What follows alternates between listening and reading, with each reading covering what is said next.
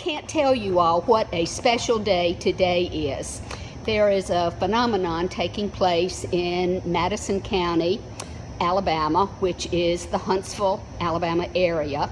There has been a law library, and I will show you a little bit of it now. This is looking toward the square in downtown Huntsville. Originally, the town was called Twiggingham. And so you are looking toward the Madison County Courthouse, and you're looking westward. And I'm going to pan past our special person.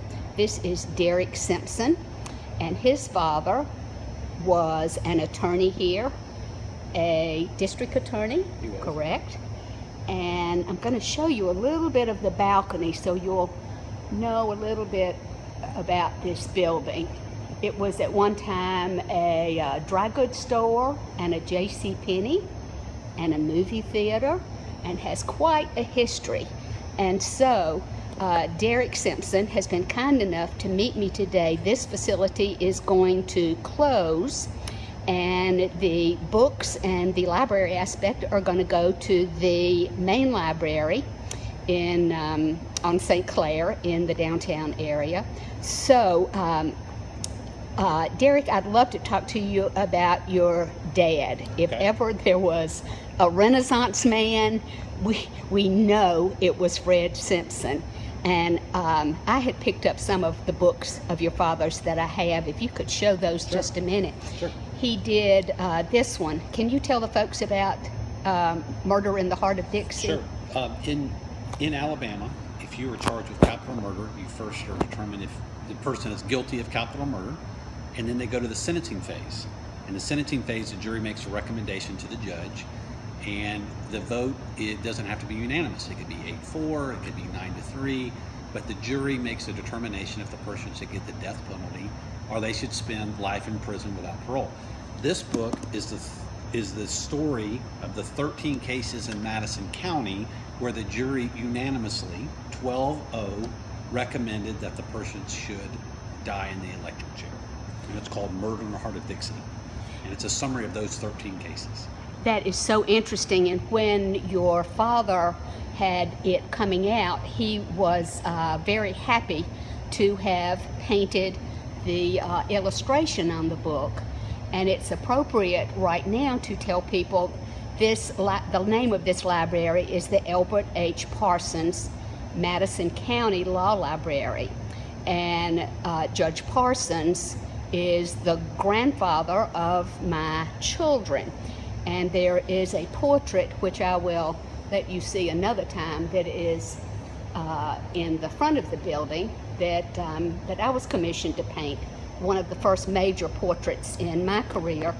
And your father pointed out that Judge Parsons is on a number of pages in this book, so That's right. That was very special. Yes. And then your father was very interested in history. Yep, and this is the family history, and my joke is that it goes all the way back to Adam and Eve. And with your father and his intensity, I bet that's true. That's right. I bet it's true. So it follows the stories of the Simpson family, and there was 4 Simpsons that fought in the 48th Alabama in the Civil War, and it talks about those stories. But a lifetime worth of research Terrific. is contained within this book. That's right. And then the one that I have never taken the wrapping off of was such a fascination to me. Tell folks how he set that up. This is called Huntsville Then and Now, and he had a bunch of pictures that were taken in downtown Huntsville right at the turn of the century, and he recreated 1900s. Yeah, 1900. Yeah. He recreated every one of those pictures, and he stood in the exact same spot, same time of day, same time of year, and recreated those pictures. And then Huntsville Then and Now. So on each page there's a picture of the old Huntsville and then what there is now. It is such a treasure, and I know he did it at the, literally, as you say, at the exact same time of day, so the sun is coming in at the same angle as long as the earth cooperates. And yeah, same angle, same time of year, same time of day, everything. So this is the man that we're talking about, and I will share with you that I had, well, my personal history is I had just divorced, and Fred came to me and said, Cynthia, I would like you to teach me how to paint. I want to paint portraits. And I said, well, Fred, I don't teach, because I didn't.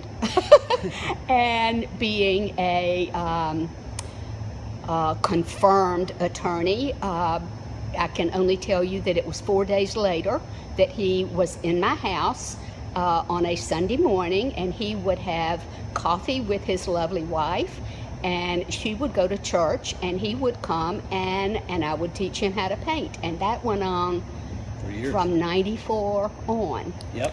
And I had the privilege, just a few days before he died, he had already sort of closed his eyes to the world. And I stood with your mother at his bedside and said, Fred, you know, you said you wanted to paint masterpieces. I just want you to know you have done it. And it was quite true. And I've told people again and again, although his eyes were closed, I saw a flicker under his right eye. So I know he heard me. Yes. He heard. Yes. Let's talk about the paintings that he did in this library. Sure. Those were very special to him. Yes. The one that you are in. Mm-hmm. He did a picture painting I was in with the great Earl Cloud, Sr., who was a lawyer here for years and years and years, and always wore a hat, and he was always just a true gentleman, and always treated my father with a tremendous amount of respect. And my dad decided to paint a picture of him in it with me, and it's just it was taken right here at this table. And we're going to go in a minute to your office and take pictures of that so that people can see. That's right. And from the teaching standpoint, these lamps were an addition after the library had been open for some time, and your father worked diligently on creating the light coming out and for the artist watching this, it was a mixture of warm and cool colors. You get electricity with your colors using a warm next to a cool. And I was so proud of Fred as he created that effect, and we'll show you that in just a little while. In terms of paintings having a story and a provenance is the history of why a painting is painted and who is in it, where the painting has hung, who owns it. All those kind of things go into a provenance. And for those of you who might have seen Antiques Roadshow, they will often talk about the provenance, and something will have greater value. With your father, you can laugh, everything has a story. Yes. It has a history. He would set up his paintings with kind of a secret in them.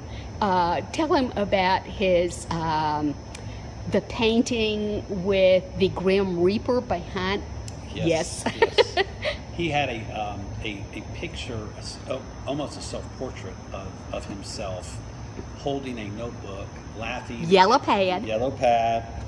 Legal pad. Yes. Taking notes and smiling, and then he painted the Grim Reaper behind him, having his arm around him, and he called that picture "Plans for Tomorrow." And I will tell you that Derek's mother would not allow it in the house. That's And right. I don't blame her at all. And again, from the artist standpoint, Fred was very meticulous. And can we talk about what he overcame in order to paint? He was dyslexic. He was, and kind of hid it his whole life, and but ended up being didn't let it stop him. He went to college, went to law school, was a great trial lawyer, was an author, An artist. a true Renaissance man, and it never slowed him down, not for a minute. I hear that he, now I didn't hear this from you all, but that he came up with systems so that his secretary or legal assistant could go to court with him to make sure he had correct notes on what was going on. That's Is right. that correct? Yeah, yeah. And he did the same thing, folks, with me. He was not able to see color and mix color, and he always laughed and he said, "Cynthia, I do not have a lifetime to learn how to mix color." And what was extremely rewarding to me in the latter years of him painting was that he had learned to make mixtures. He had learned if something was off, he knew it, and let me know in no uncertain terms that I hadn't created. There was a certain red on the portrait of your sister. Yep, yep. And he decided to work on it after about 10 years. And he could not tell me what I had mixed exactly to make one of those mini reds on it, but he knew that I wasn't mixing it the same way, and it was the only time I knew he was really unhappy with me. And we ended that session cordially but quickly. And you know, it was like we agreed to disagree and we'll just move on here. One of the things for any of you all that may have those same kind of issues in your life, Fred and I developed a way that if I made a mixture, I would never touch his painting, but I would help with the paint mixtures, and we would write down on the palette paper what those actual colors were, Grumbacher red, or you know, this Winsor Newton color, whatever it was. We would write it down and we would figure out sort of what the ratio of one color to the other was. And it wasn't easy to find a magic marker that would write on palette paper, but Fred saved all of those palette papers.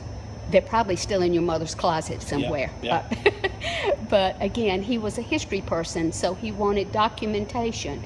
And the good part about that for me was that when we did, except in the case of the red dress, that was the only one that he didn't save, but he would have those records. So most of the time we could refer back to exactly the brand and the color and the ratio in order to continue work later on down the road. There was another painting of the girl with the gun, going back to stories. Yes, yes. Describe that. That was taken, picture taken over at the bank building, the old, First Alabama? yeah, First Alabama Bank building, right there on the square.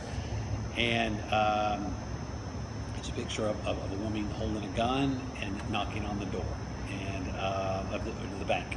Yep. And we've got tons of questions about that. So I still have them. yeah, And only Fred knows why. that's right. Is there another picture, the ones, he painted everybody in the family, He did.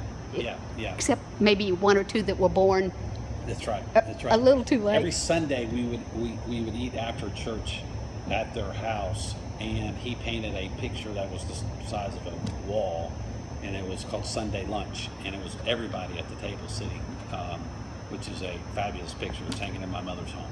It is fabulous, and there is something that is written around the ceiling. What is the phrase? Do you remember? That is an old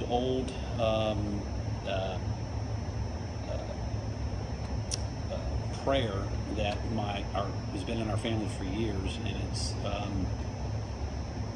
gracious, O Heavenly Father, we are so thankful to Thee for these and all of the blessings. In And- Jesus' name we pray, amen. And that's been said in our family for more than 100 years. And that is written just under the That's right. the crown molding in the dining room. It's really quite lovely. Yes. I think I have a photograph that I can probably attach. Fred was very inspired by the work of Norman Rockwell. And with Fred being a lawyer, you would expect him to be a detail person. And he was detail. And in fact, I've told somebody recently, in painting hair, that's not really always, you don't really want every single strand of hair, and I could never break him of that. Yeah. You know, Impressionism was not going to happen with your father. But he was very again, influenced by the work of Norman Rockwell and those details. And in setting up the painting of you and your family, am I correct that you all set up a table in the living room? We did. Had a photographer come and take 4 zillion pictures? That's right. That's exactly right. And then Fred would arrange the people in the setting. Right. Exactly. And one of the aspects that he brought me in on was when he had sketched everybody around the table, he then was trying to decide on exactly what color to make the shirts. Yeah. You and your brothers, and right. The color of the dresses, whether they needed to be slightly warmer in tone or cooler, because all of those things, you want to have a flow in terms of the value of color, and whether it's warm or cool. Value of color is the amount of white added into a color. So he wanted everybody in that painting to be equally represented. And he chose, is it your aunt? Yeah. That was bringing in a birthday cake? That's right. That's right. And so that was the celebratory aspect of this lovely family treasure that Yes. that now is, again, in Derek's mother's home. Derek, this has been such a treat to get to talk to you and to be in this special library Kathy, at this time. You were a huge part of my father's life. Thank you for all the lessons that you gave him. It was such a joy for him to learn how to paint at such a, an age, when most people won't take up new things, but he did. And he didn't put any paint on a canvas until he was 65. Isn't that amazing? Yeah. And so, but that was, you pushed him, and thank you. Thank you. Oh no, he pushed all of us. But it was a privilege, and I would want our listeners there to know that when you give those gifts of knowledge and share those with people, you are the greatest beneficiary. So I treasure my friendship both with Fred and his wife and his family, and it's just been a privilege all the way around. So we'll see you again soon, and I will attach some of Fred's paintings to this video so you can see the great work that we're talking about. Bye now. Thank you.